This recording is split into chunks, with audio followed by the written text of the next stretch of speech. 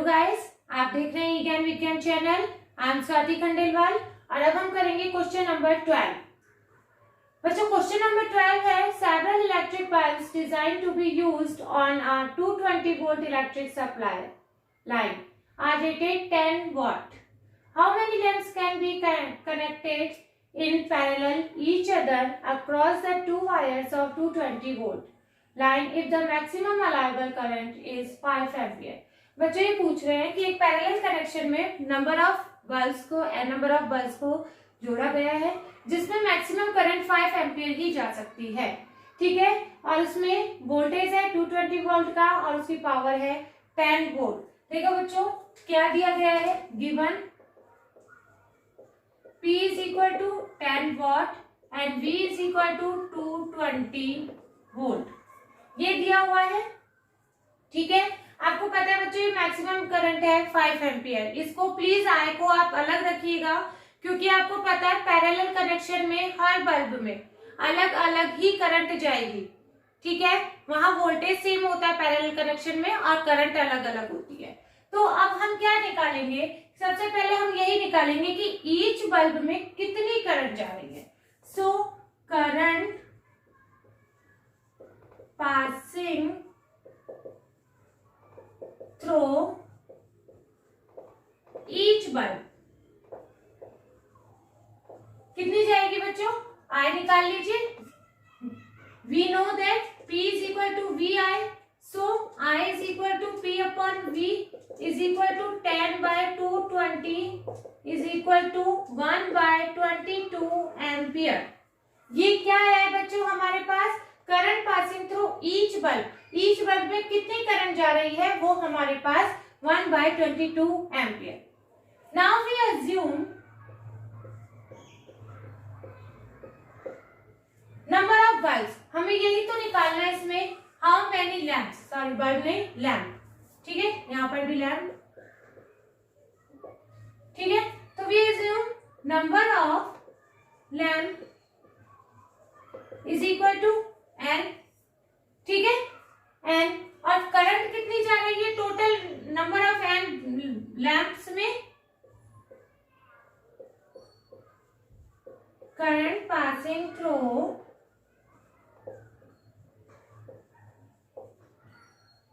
N lamps is equal to 5 ampere and we know that in parallel connection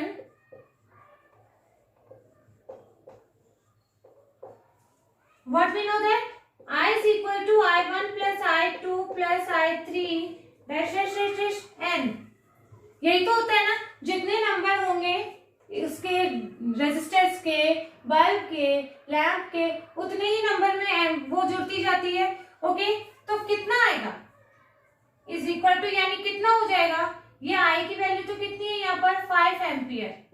ठीक है, और इनकी value क्या आएगी, 1 की है 122, इसकी है 122, इसकी है 1/122 dash dash dash dash N. So 5 ampere is equal to n by 22। ठीक है, सो n की वैल्यू क्या आएगी, 5 into 22 is equal to 110। Number ही तो है, कोई यूनिट नहीं होगी। ठीक है, n is equal to 110, यानी 110 लैंप्स हम जब ऐड करेंगे तो 5 एम्पियर हमारी करंट की वैल्यू आएगी टोटल। ईच में तो कितनी जा रही है 1 by 22। Now the question number 13 is a hot plate of an electric oven connected to 220 volt line has two resistance coil A and B each of 24 ohm resistance। R1 है बच्चों 24 ohm and R2 is equal to 24 ohm which may be used separately in series and parallel। What are the current in three cases? बच्चों इसमें क्या पूछा जा रहा है कि 24 ओम के 2 रेजिस्टर्स हैं जिनको हमने सेपरेटली, सीरीज में और पैरेलल में तीनों तरीके से हमने कनेक्ट किया है, तो हर तरीके में करंट क्या होगी। सो सबसे पहले केस 1 ले लेते हैं हम सेपरेटली। सेपरेटली में क्या होगा, सिर्फ एक को ही तो जोड़ा है 24 ओम को, ठीक है। तो V दे रखा है 220 वोल्ट और R दे रखा है 24 ohm. So V is equal to IR, Ohm's law, ठीक है, this is Ohm's law. So I is equal to V upon R। V 220 24, कितनी वैल्यू आ जाएगी बच्चों इसकी, इसकी वैल्यू जब आप सॉल्व करेंगे 9.2 एम्पियर आ जाएगी, ठीक है। तो एक केस की हमने स्टडी की तो इसमें value I 9.2 ampere is the answer. Now case 2, series में जोड़िए 24 ओम 24 ओम, ठीक है। अब पहले V आपको पता ही है 220 वोल्ट, ठीक है। R की वैल्यू आपको नहीं पता है तो RS की सीरीज में क्या होती है, R1 plus R2 is equal to 24 plus 24 is equal to 48 ohm, ठीक है। नाउ अब I निकाल लीजिए, V अपॉन R से 220 वोल्ट 48 4.6 एम्पियर, ठीक है, जब आप इसको सॉल्व करेंगे। नाउ केस थर्ड, पैरेलल,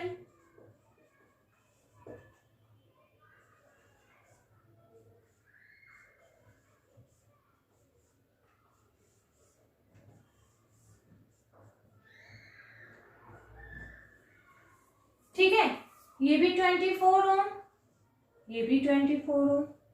अब फिर से, अब जब हम पैरेलल का निकालते हैं तो सबसे पहले हमें रेजिस्टेंस निकालना होगा,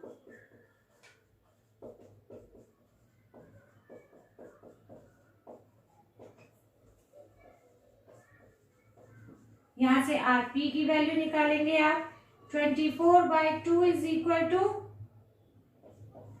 12 ओम, ठीक है। ये पैरेलल में R की वैल्यू हो गई। अब I निकाल लीजिए, I is equal to V by R। V की वैल्यू है 220 एंड R की वैल्यू है 12 ओम। इसका आंसर जो आप सॉल्व करेंगे 18.3 एम्पियर इज द आंसर। ये question number 14, compare the power used in the 2 ohm resistors.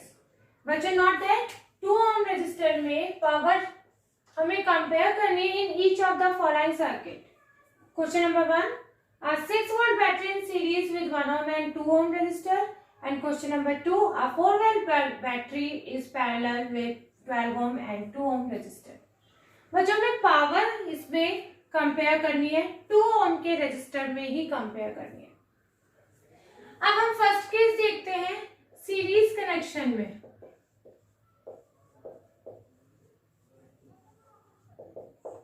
तो बच्चों देखिए, सीरीज कनेक्शन में जब भी हम इस तरीके से रेजिस्टर्स को लगाएंगे तो वहां हमें R की वैल्यू निकालनी ही पड़ेगी। R की वैल्यू निकालेंगे तभी हम आगे उसमें I की वैल्यू भी निकाल पाएंगे, ठीक है। तो देखो, यदि अभी हम पहले इसका R1 निकाल लेते हैं, RS is equal to R1 plus R2 is equal to 1 plus 2 ohm is equal to 3 ohm, okay. अब यहां से आप I की वैल्यू निकालें, क्यों, क्योंकि हमें पावर की वैल्यू P चाहिए। P जब हमें चाहिए होता है तो बच्चों P के जब हमने फॉर्मूलाज पढ़े थे तो सीरीज कनेक्शन में हमने ये पढ़ा था I, और R हमें I2 R वाला फॉर्मूला हमें इसलिए चाहिए। देखिए, आप कहेंगे P is equal to VI भी यूज कर सकते थे। VI हम इसलिए यूज नहीं कर सकते हैं क्योंकि हमें यहाँ दे रखा है कि 2 ओम के रेजिस्टर की ही पावर हमें कंपेयर करनी है, तो हमें R वाला ही लिखना होगा, ठीक है।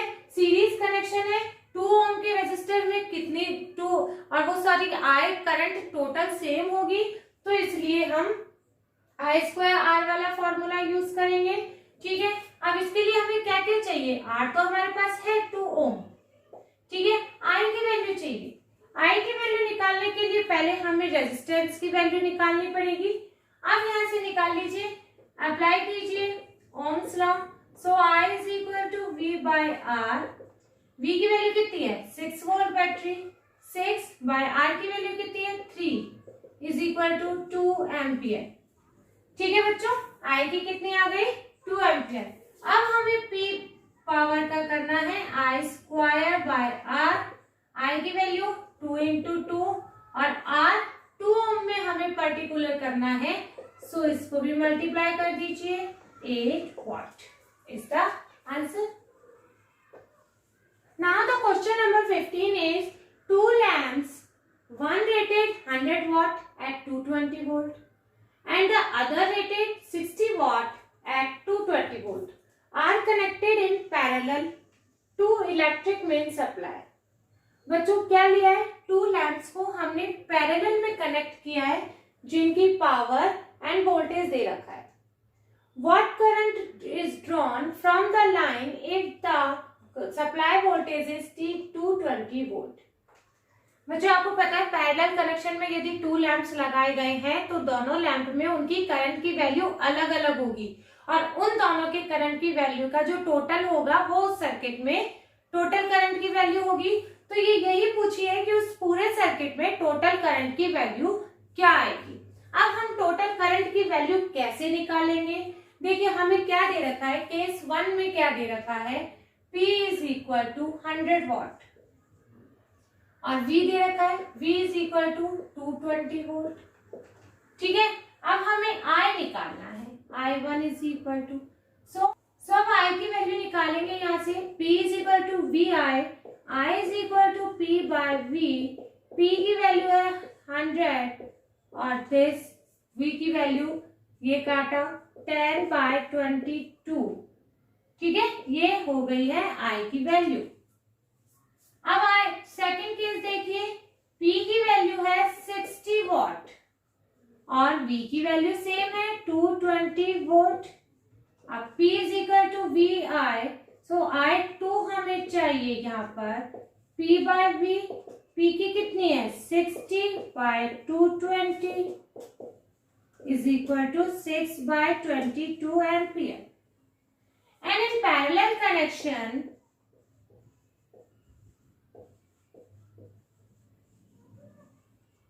we know that I is equal to I1 plus I2 plus dash dash dash. So I1 की वैल्यू कितनी है यहाँ पर 10 by 22 plus 6 by 22 is equal to 16 by 22।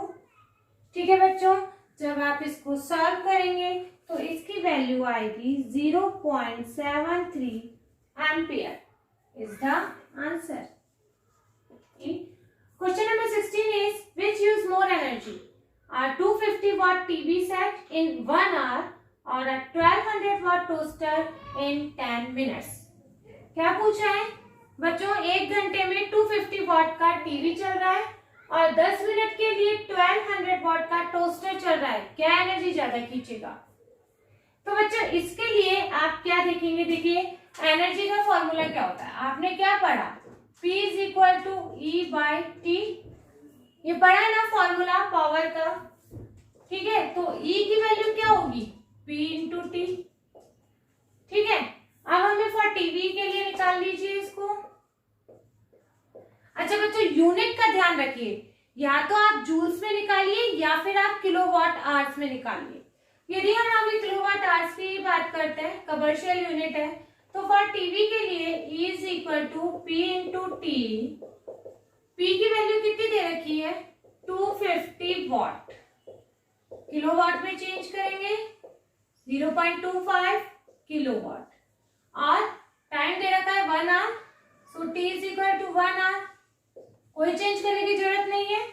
So E is equal to 0.25 into 1 is equal to 0.25 kilowatt hour. ये हो गया for TV के लिए। नाउ टोस्टर के लिए, टोस्टर के लिए दे रखा है बच्चों 10 मिनट, ये तो दे रखा है P is equal to 1200 watt, इसको चेंज कीजिए 1.2 kilowatt 10 minutes equal to 10 minutes. 10 minutes को आप आवर्स में चेंज करेंगे तो ये आर हो जाएंगे, ठीक है। तो ये हुआ। Now E is equal to P into T. P 1.6 into 1/6, ठीक है बच्चों। तो यह आ जाएगा 0.2 किलोवाट आवर। नाउ कंपेयर कीजिए ये टीवी का, ये टोस्टर की। 0.25 is more than 0.2। 0.25 is greater than 0.2. So TV use more energy. ठीक है बच्चों, ये हमने लिया है किलोवाट आवर में। आप जूल में भी कर सकते हैं। जूल में आपको ये चेंज करने की जरूरत नहीं होगी, पर 1 आवर को आप सेकंड्स में लेना होगा। सेकंड्स में होता है ना वहां पर, जब जूल की बात करते हैं हम, तो इसको आप सेकंड में चेंज करेंगे और यहाँ पर भी आप इसको सेकंड्स में चेंज करेंगे, तब आपका आंसर आप कंपेयर कर सकते हो, ठीक है। Now the question number 17 is an heater of resistance 8 ohm draws 15 ampere from the service pans 2 hours. Calculate the rate at which heat is developed in the heater. बच्चों हीट की भी rate पूछी है। हीट की rate means H/T पूछा है हमसे। H/T आप जानते हो P होता है, ठीक है। आप ये भी छोड़िए, हमें ये वैल्यू निकालनी है, हीट की वैल्यू नहीं निकालनी है। ध्यान रखिए, रेट निकालनी है, हीट की रेट निकालनी, रेट ऑफ द हीट। तो जहां रेट की बात आ जाती है वहां हम टाइम से डिवाइड कर देते हैं। नाउ आपको पता है H का फॉर्मूला क्या क्या होता है बच्चों? VIT, ठीक है, I²T और V²T/R, ये फॉर्मूला होता है ना। अब आप देख लीजिए आपको क्या क्या दे रखा है। R दे रखा है, R is equal to 8 ohm, I दे रखी है 15 एम्पियर, T दे रखा है 2 hours, ठीक है। तो I²RT लगा लीजिए। अब ये निकालना है हमें, H/T निकालना है। H की वैल्यू रखिए I²RT/T, T की वैल्यू T गई,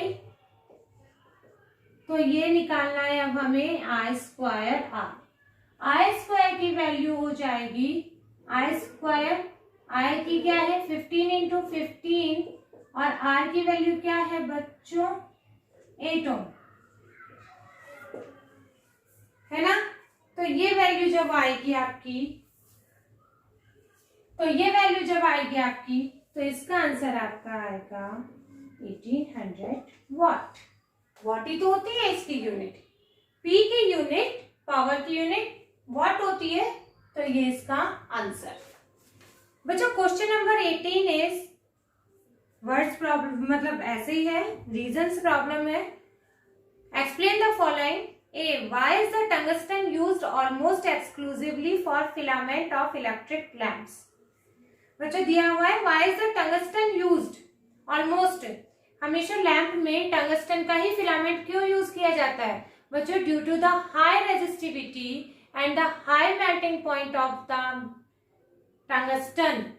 ओके, सो बच्चों उसकी क्या होती है, उसकी हाई रेजिस्टिविटी होती है और उसका मेल्टिंग पॉइंट भी बहुत हाई होता है, उससे वो मेल्ट नहीं होता है, ज्यादा हीट देने पर भी वो जलता नहीं है, इसीलिए हम यूज करते हैं, ठीक है।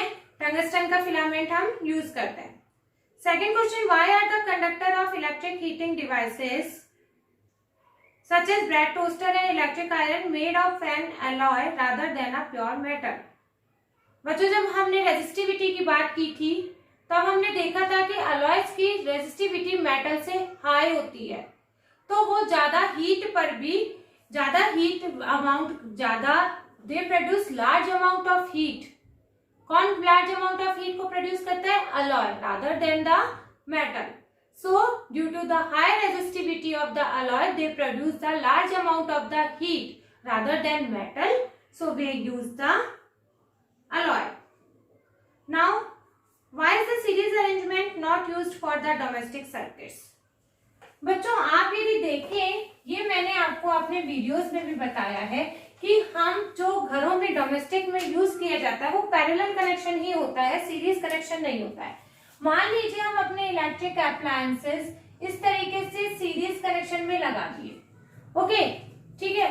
तो मान लीजिए ये फर्स्ट ही हमारा खराब हो गया है, फर्स्ट ही हमारा अप्लायंस खराब हो गया है, तो आपको पता है करंट तो यहाँ से होकर ही यहाँ तक जाती है, ठीक है।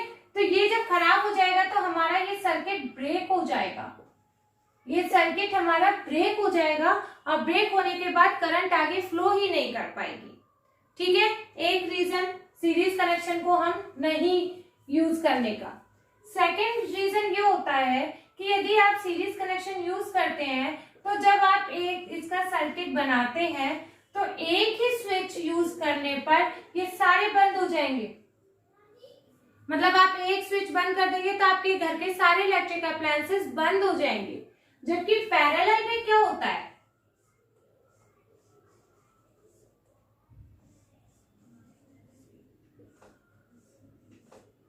पैरेलल में क्या होता है बच्चों, यदि एक खराब भी हो जाएगा तो भी कुछ नहीं होगा, यहाँ पर जो आ जाएगी कोई वैल्यू नहीं होगी, यहाँ पर इसमें भी आ जाएगी, इसमें भी आ जाएगी, तो हमारे सारे इलेक्ट्रिक अप्लायंसेस काम करते रहेंगे। और फिर पैरेलल कनेक्शन में जब हम इलेक्ट्रिक अप्लायंसेस को अपने घर में लगाते हैं तो उन सबके स्विचेस भी अलग अलग होते हैं, यानी जिस डिवाइस की हमें जरूरत नहीं है उसका हम स्विच पर्टिकुलर बंद कर देते हैं, जो आप घर में देखते हैं। सीरीज कनेक्शन में सारे एक साथ बंद हो जाएंगे, जबकि पैरेलल कनेक्शन में वो बंद नहीं होंगे, इसलिए हम पैरेलल कनेक्शन यूज करते हैं। D, how does the resistance of a wire vary with its area of cross section? Resistance कैसे डिपेंड करता है ये पर? आपको पता है resistance is proportional to, inversely proportional to area, R is proportional to 1/a। So यदि cross section area को हम बढ़ाएंगे तो रेजिस्टेंस घट जाएगा, रेजिस्टेंस को यदि बढ़ाएंगे तो एरिया मतलब क्रॉस सेक्शन एरिया को हम इंक्रीज करेंगे तो रेजिस्टेंस डिक्रीज हो जाएगा। बच्चों कुछ last part, why are the copper and aluminium wires usually employed for electricity transmission? Copper and aluminium बच्चों आपको पता है the good conductor of the electricity because of their low resistivity. क्यों यूज करते हैं हम उनको? उनकी लो रेजिस्टिविटी की वजह से यूज करते हैं, इसलिए वो गुड कंडक्टर होते हैं। आपको पता है रेजिस्टिविटी जितनी लो होती जाएगी उतना ही वो इलेक्ट्रिसिटी का गुड कंडक्टर होता है, ठीक है। इसलिए हम कॉपर एंड एल्यूमिनियम वायर को यूज करते हैं अपनी इलेक्ट्रिसिटी ट्रांसमिशन में। ओके बच्चों, इस तरीके से हमने सारे न्यूमेरिकल सॉल्व कर लिए। यदि आपको मेरे वीडियोस अच्छे लगे हैं तो प्लीज लाइक कीजिए, शेयर कीजिए अपने फ्रेंड्स के बीच में, सब्सक्राइब करना ना भूलिए।